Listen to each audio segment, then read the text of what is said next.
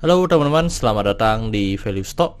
Hari ini saya akan membahas analisa fundamental saham MNCN kuartal ketiga tahun 2021. Oke, ini disclaimer-nya. Yang pertama, ini merupakan sharing analisa fundamental, bukan ajakan beli jual ataupun hold suatu saham, dan keputusan investasi ada di tangan teman-teman selaku investor. Yang ketiga, dari analisa fundamental ini bisa dijadikan referensi untuk analisa saham-saham yang teman-teman miliki. Oke, pertama-tama kita masuk ke bisnis model dari saham MNCN ini. Untuk kegiatan usahanya bergerak di bidang usaha media berbasis iklan. Jadi untuk sumber income-nya berasal dari iklan. Untuk segmen usaha atau marketnya di Indonesia. Dan terkait kasus hukum, setelah membuat video ini saya tidak menemukan adanya kasus hukum yang terkait dengan MNCN. Untuk kepemilikan saham dimiliki oleh BMTR sebesar 52,67% dan masyarakat sebesar 47,33%. Dan kita bisa lihat dari segi pendapatannya untuk secara kuartal ketiga mengalami kenaikan sebesar 18,3%. Dan saya asumsikan kuartal keempatnya memiliki kinerja yang sama dengan kuartal ketiga, maka sampai akhir tahun akan mengalami kenaikan sebesar 18,3%. Terus dari segi net profitnya mengalami kenaikan sebesar 21,4%. Dan kalau saya setahunkan maka bisa mencapai 33,3%. Dan kalau kita lihat dari segi asetnya juga konsisten mengalami kenaikan dan kenaikannya sebesar 6,3%. Untuk dari segi hutang mengalami penurunan dan ini bagus ya, yang dimana hutangnya menurun dan penurunannya juga cukup signifikan yaitu sebesar 25,4%.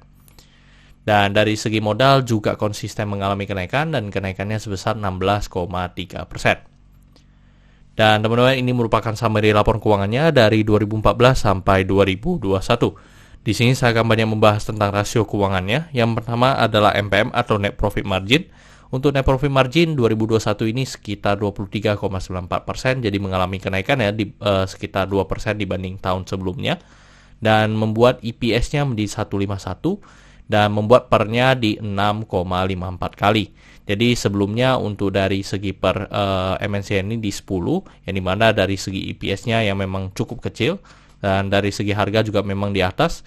Kalau untuk dari saya membuat video ini harganya di 985 dengan EPS 151 membuat pernya merupakan per yang paling rendah ya teman-teman semenjak MNCN dari 2014 sampai 2021 ini.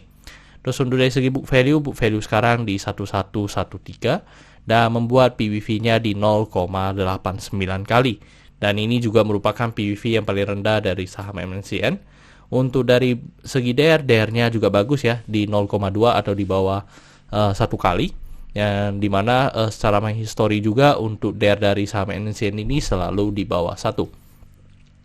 Terus untuk dari segi ROE-nya di 13,54%. Dan ini juga bagus, di atas 9% yang saya anut. Dan dari ROA-nya di 11,28%. Oke teman-teman, saya membuat video ini untuk harga sahamnya di 985. Dan dari analisa fundamental saya bisa menemukan nilai intrinsic value-nya sekitar 1.500.